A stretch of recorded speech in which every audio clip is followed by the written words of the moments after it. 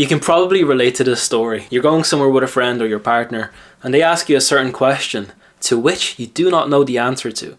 And it's not some kind of complicated question. They're not asking you some kind of science question that you should know the answer to. They're asking you a simple question. What did we do last week? Do you remember the waitress's name? She was really nice. What was her name again? Oh, do you remember what we ate last night? Oh, when is your dad's birthday? I would like to get him something. And you say, I don't know. I have a bad memory.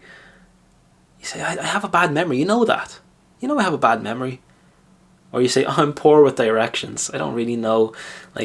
Just take out Google Maps. I'm just bad with directions. Or someone asks you a mathematical question. What's 22 plus 17? I don't know. I'm bad at maths. Just take out your calculator. You don't even try to calculate it. Or some extremes. You say, I'm just a skinny person. I just have a fast metabolism. I'm just a skinny person. There's nothing I can do about it. I'm a skinny person. Or I'm too fat.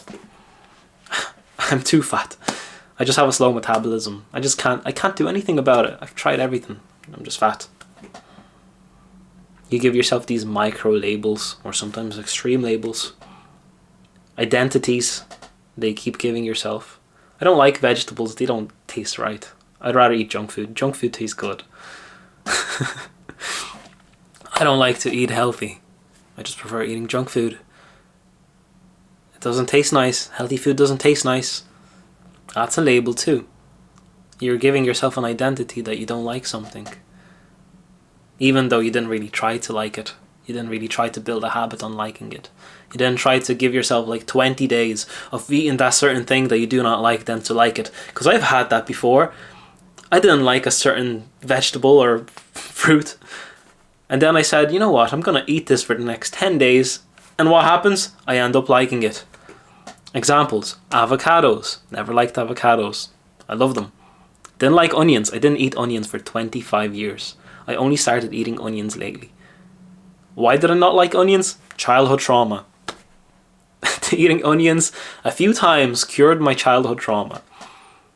Now, these labels, they seem so simple. They seem so innocent. But they're not. They're not innocent. They're not innocent labels. They're not innocent identities. You think, oh, what's another identity? I'm just going to say I have a bad memory. What happens? What happens when they build up? I'm pretty sure they cause bad mental health. They don't make you successful. Identifying yourself with a poor habit overall does not make you more happy. It does not make you a better person. I'll tell you what it is. It's coping. It's coping because it's easier to identify yourself with something, like saying, oh, I have a bad memory or I'm bad with directions. It's easier to do that rather than to fix the problem, rather than to actually focus on fixing the issue at hand.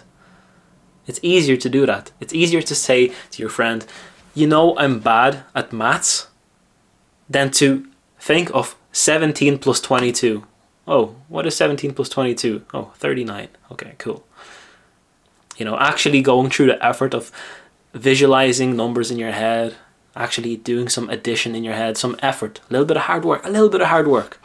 It's easier to say words, I'm not good at maths, or I have a bad memory, rather than to actually access that part of your brain and to do a little bit of hard work. James Clear talks about this in his book, Atomic Habits. You may know of this book. It's a good book.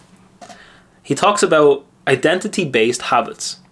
And that's something that we do when we identify ourselves with the habits that we perform, that we do. We identify ourselves with them. And that's a really bad thing. Because you don't want to identify yourself with anything negative. And if you accept it, that's even worse. But what you're doing by constantly repeating all of these things about yourself, that you're bad at this, bad at that, you're this, you're that, you're a loser, you're a bad memory, whatever it is, you're fat, you're skinny, it doesn't matter. You accept it. And once you accept something, you're less likely to change it. Because you make it a part of you. You make it define you. This is who you are from now on. To all your friends, all your family, your partner, your dog, whoever you say things to. I have a bad memory. I have this. Oh, I forgot to feed you. Oh, I didn't do this. I didn't do that. Oh, because I have a bad memory, because I'm forgetful, because I'm bad with directions. I'm late because I'm bad with directions. I'm bad at time management. You know me, I'm just bad at time management. What happens when you keep saying those things to your close ones, your friends, your family, your partners? They identify you as that bad habit. When they think of your name, oh, Rob, oh, yes, haven't seen him in a while, oh. What comes into their brain sometimes is the bad habits that you do. It's sometimes your poor qualities, what you identify yourself with. And that's not their fault. It's because you keep telling them that. It's because you keep telling them what you are. Instead of saying, hold on, why am I saying I have a bad memory? You're not born with a bad memory. It's not genetic. Sometimes it's like caused with a lot of stress, having a bad memory. Like if something really bad happened in your life, like someone died, and you're just too stressed, and you've too much going on in life, you might not have time to remember something. You might just, not have time for it. That's going a little bit off topic now, but having a bad memory or just being forgetful overall is disrespectful. And what does forgetting mean? Think about it. What does forgetting mean? Just in your head, what does forgetting mean for you? It's not caring. Forget equals not care. You don't care. That's why you forgot. It's because you don't know. You don't care.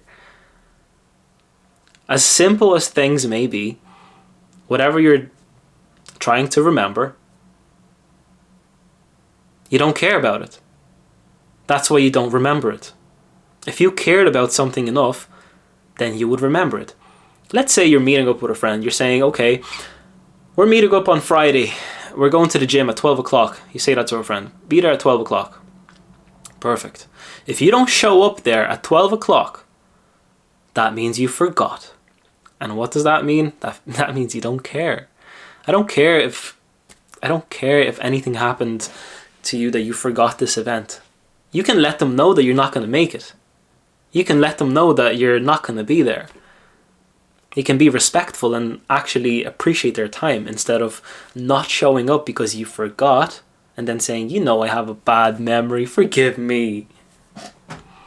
It means you didn't care about your friend enough to actually show up there and to make a note of it on your phone, in your head, wherever it is. Write it down on your forehead. Gym at 12, Friday.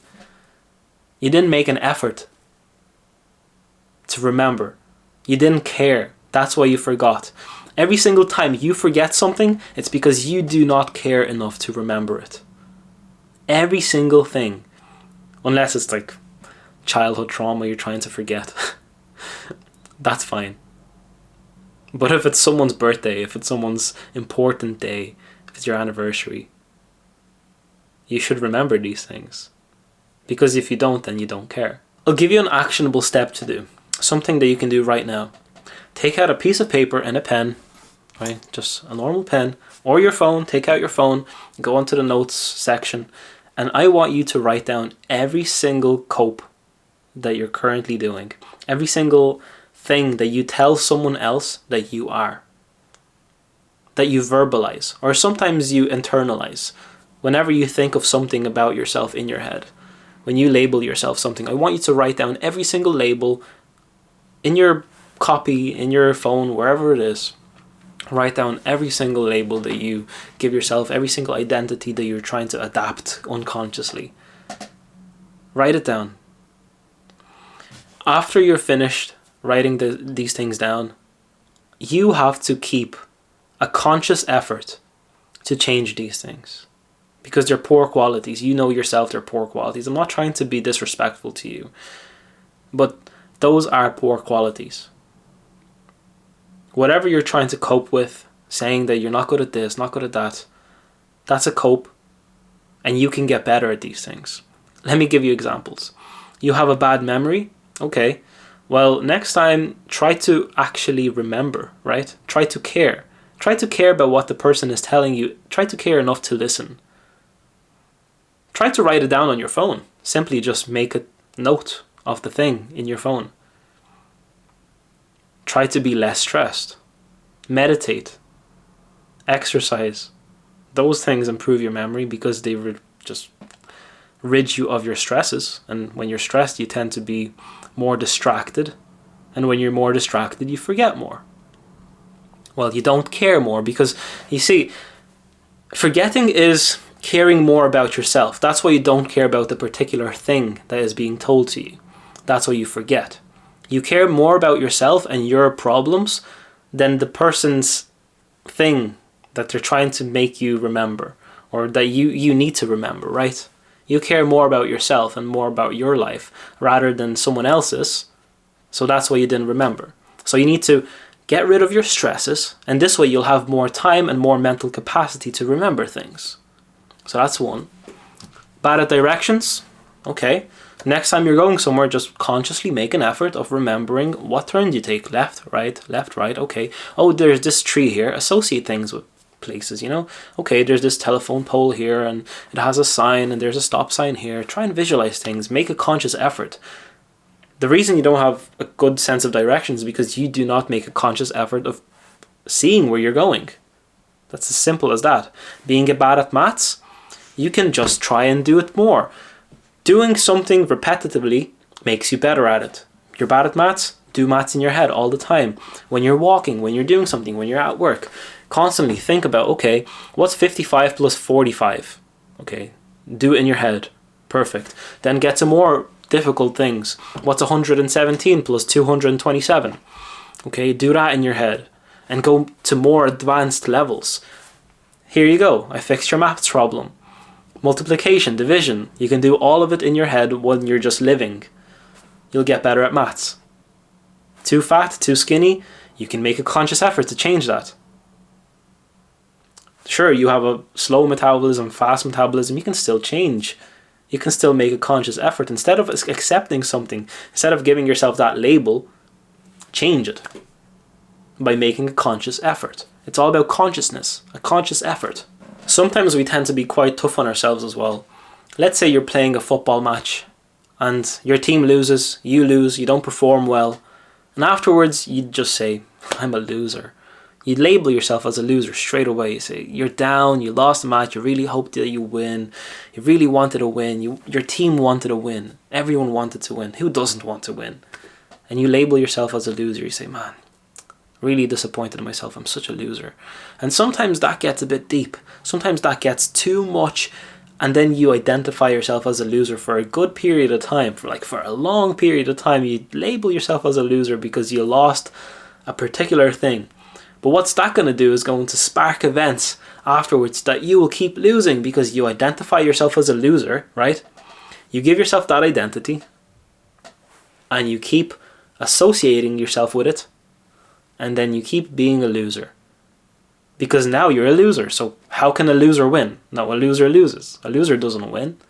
It's logical. It's very easy things that I'm saying here, right?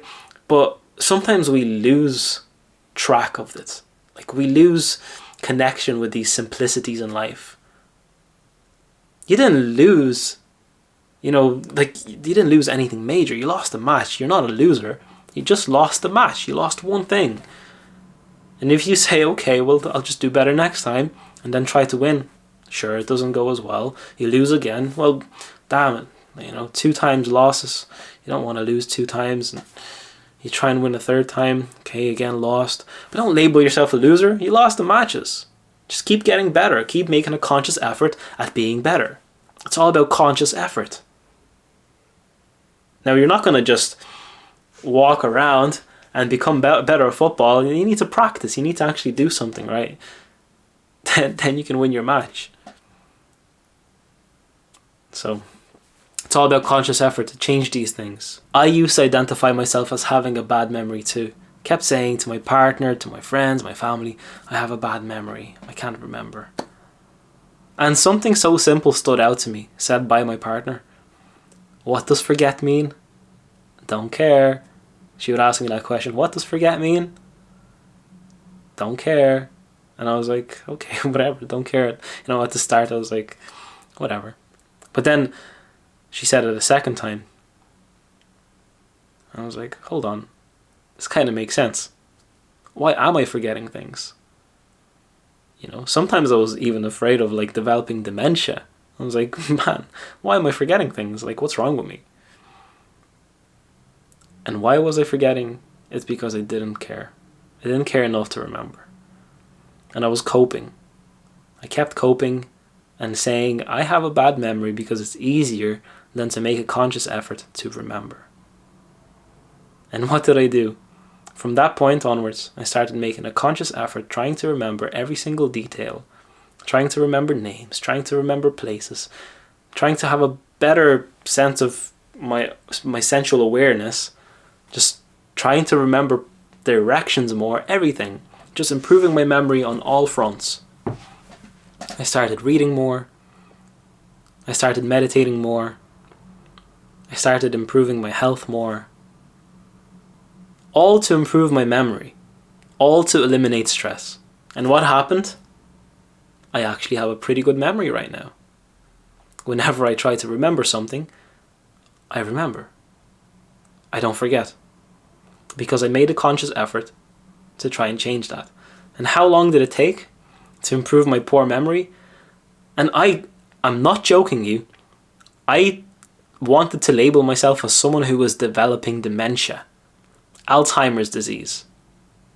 When you are really forgetting things, like when you're forgetting your name. I tried to label myself as someone who was developing that. That's how bad my memory used to be. How long did it take me to change my memory? How long did it take me to get better? Well, not long at all. Less than half a year. That's all it took for me to get a better memory. Less than half a year. And now I associate as someone who has a good memory. That's the label I give myself. A positive label. Someone who has a good memory. And you know what helps? Giving yourself a good label instead of a negative label. Because it sparks momentum. Right? Instead of saying I'm bad with directions, say I'm good with directions. Let me help you out. I'm great with directions. And then you start remembering everything. Because you associate as someone who's good with directions, it starts to come true. And I don't believe too much in all of that visualization stuff. You visualize something and it becomes true. But this really works. When you label yourself as someone who has a better memory or is good at maths, that becomes true. When you give yourself a positive label, it comes true. When you stop saying I'm fat, but then say, you know what, I've made some progress lately. Or saying I'm too skinny, saying, okay, stepped on the scale. I'm 0.5 kilogram heavier. 2 pounds heavier. That's pretty good. You know, the bulk is going well. Give yourself the positive label instead of giving yourself the negative label. It's going to make a massive difference. This is the secret of labeling yourself or identifying yourself with things. Now, be realistic. Don't be like super way off and say, you know, if you're like 450 pounds walking around saying that you're skinny or whatever. But be realistic. Say, I've made progress. And once you're saying, I'm making progress, step on that scale, you are making progress. Okay, and it sparks habits. It sparks like you eating healthier, just better mental health. Because what better mental health equals to better everything. It's holistic. Your body works as one unity. It's all working as a whole. If your mental health is good, your physical health won't be too far off. The same opposite way around. If your physical health is good, your mental health will be not so bad. That's it for this video. Hopefully you learned a lot. If you want coaching calls 1-to-1, me talking to you just like this, then go to the description, click the link below, book a coaching call, and I will help you get from A to B. Thanks for watching. Peace.